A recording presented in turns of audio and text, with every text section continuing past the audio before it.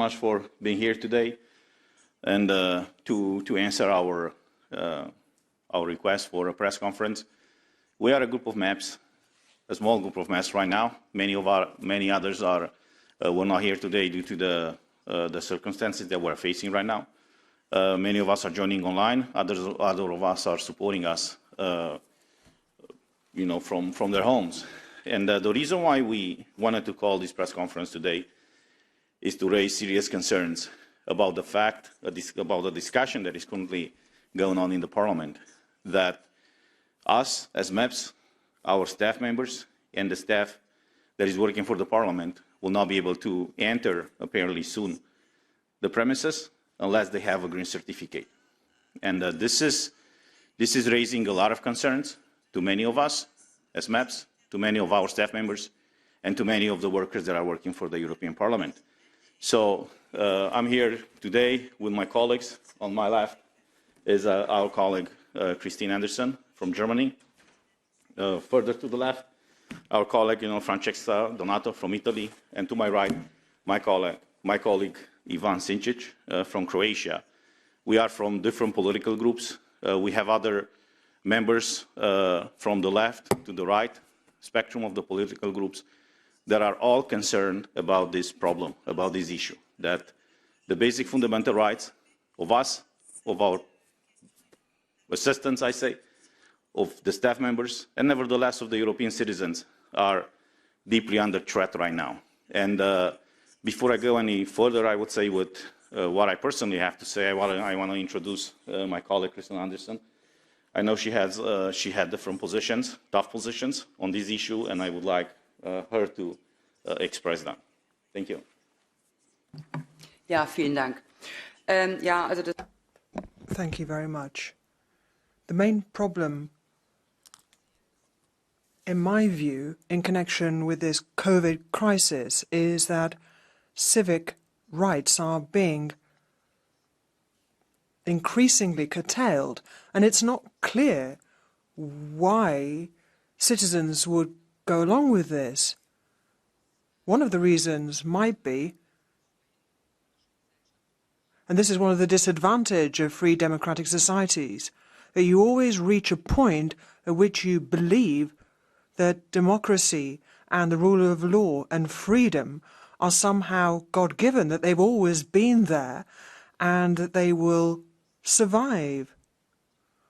Whereas in actual fact, these are rights that have to be battled for, and that is why we have to do more to fight for this right to freedom, and that is why these fundamental principles which are anchored in the basic law, in the constitution in Germany, should not be viewed as privileges which are given by the government and can then be withdrawn. And I am unequivocal about the fact that I am not fearful of COVID at all. What I am worried about are the kinds of governments which exploit this crisis in order to curb civic freedoms and to grant certain privileges or not, as the case may be. What we stand for in Europe is freedom, democracy, and the rule of law. And there can be no reason for those rights being curtailed by governments. That is the real problem here. That is a problem we need to deal with. Make it clear to the people of Europe that they should not tolerate this for a moment longer. Thank you. Francesca? Thank you very much to you all. It's very important for me to be here today. I think that all that my colleague Christine has said is really important. We have a really terrible situation in Europe today because, as she said, human rights are not respected. We have the European Charter of Human Rights, which has the full value of a treaty and should be taken into account by all national governments while writing their laws. But in fact, it's obliterated today because fundamental human rights, such as human right to individual freedom, to employment, equality, education, health, free expression of thought, are seriously violated. And all over Europe, peaceful protests are violently repressed. So we had in Europe, the European Union and the European Parliament introduced a COVID certificate just to facilitate movement between member states and with the purpose to avoid any discrimination against not vaccinated people. But whereas the Italian government and other national governments in Europe have introduced a compulsory COVID certificate for every social activity, such as entering public premises or traveling inside the countries, or for, in Italy, just also employment, university education, and so on. They just make a big discrimination between vaccinated people and unvaccinated, because we have the introduction of an absolute presumption of infectivity for non-vaccinated people and of non-infectivity for vaccinated people that are both scientifically unfounded. And so we are forcing citizens to receive invasive and risky health treatment, because the informed consent that citizens are obliged to sign to receive the vaccines is not free. It's a constrained consent. So even when people have medical contraindications for receiving vaccines, they are obliged to do that. They are forced to do it because they would lose the job, would lose their fundamental rights if they don't. And when these people have adverse effects, even very severe adverse effects, they don't receive any free assistance. Even the reports of adverse effects are very rare. So the data of adverse effects that we can read on papers are just underestimated. So we have a medical issue which has turned into a democratic issue. We must today, I think, all stand for the defense of human rights in Europe. And we must do it all together, and we must do it now. We can't wait any longer, because a lot of people are suffering, are losing their jobs. A lot of families are losing their right to have money to live.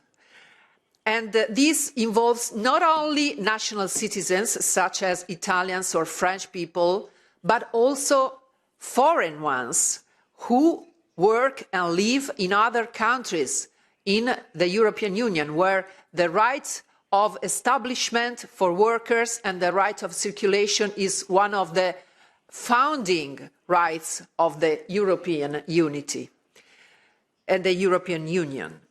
So I call for stopping violently repressing demonstrators, just listening to demands from people, and let's give back to people their right to live a full life with all the human rights, without any more distinction between vaccinated and unvaccinated people. Let's treat everybody as human beings, as our Chart of Human Rights obliges us to do. Thank you. Thank you, Francesca. Ivan, you have the floor. Thank you very much. Thank you all for coming.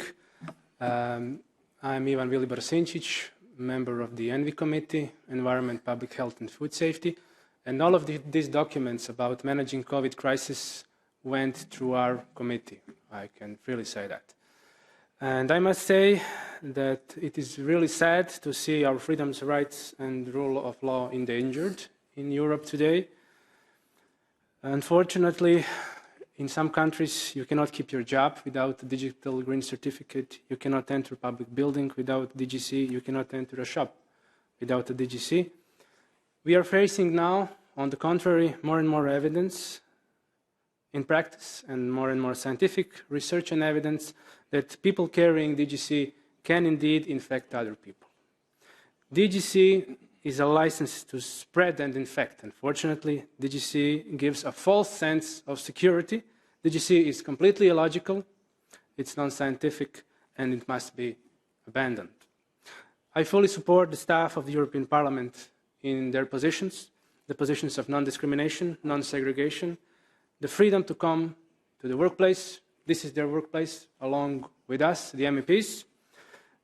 The implementation of proportional and adequate sanitary measures, the vaccine not being compulsory. 100% teleworking offered for vulnerable staff, free and informed consent, as my colleague said, which are prescribed with various international documents from Oviedo Convention, Nuremberg Code, resolutions of Council of Europe. We have Council of Europe right there, a few meters from this Parliament building. Free and informed consent, a right which belongs to individual freedoms to decide whether or not to say yes or no to a medical act of any kind, medical treatment of any kind. And a message to the staff is simple. You're not alone, and fight for your rights, and we are fighting along with you. Thank you. Thank you, Ivan. I want to quote something precisely from the regulation that was voted a few months ago that imposed all across Europe this green certificate.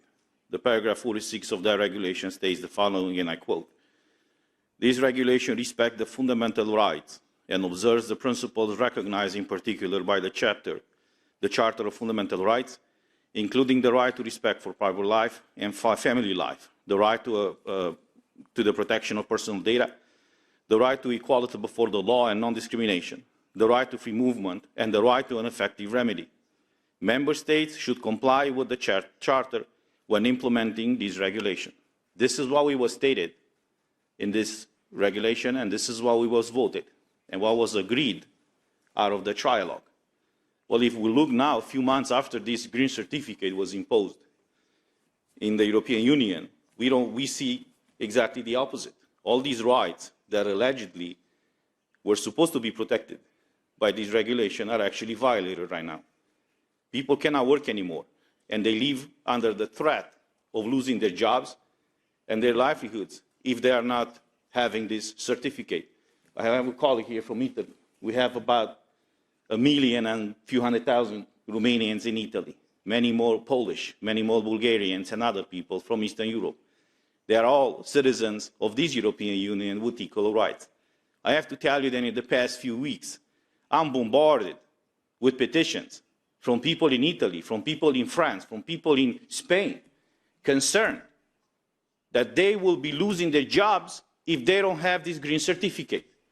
The problem is many of these people already had COVID-19. They have proof that they have the antibodies, the natural antibodies, and nobody cares.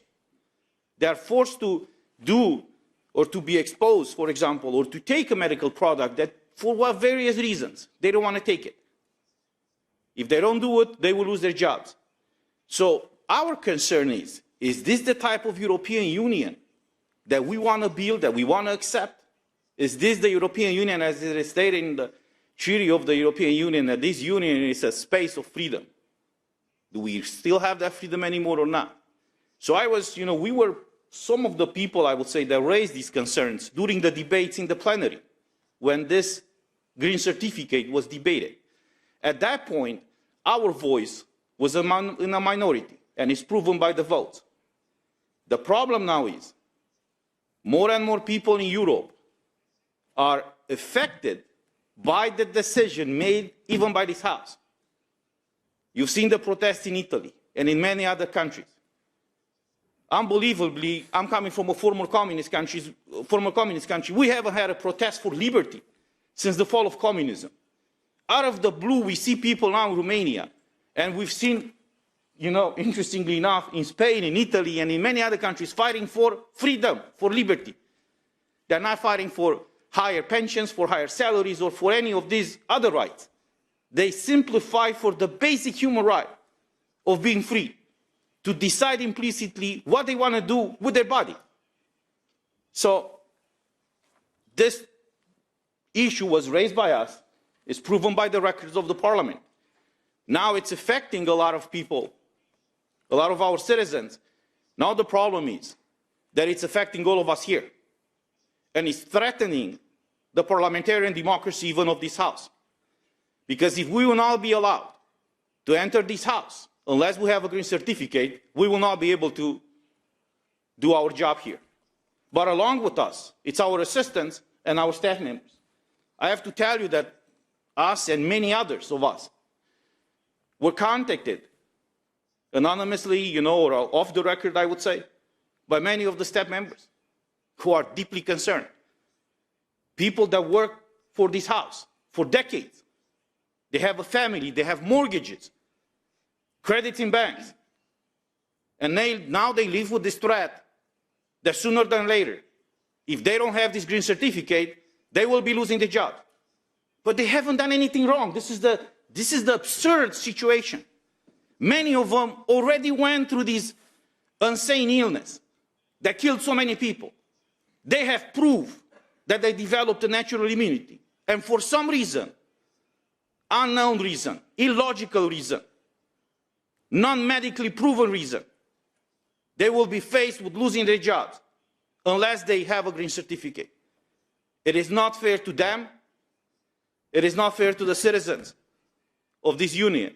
And it's not fair to all of us. You know, we were elected here to represent our citizens.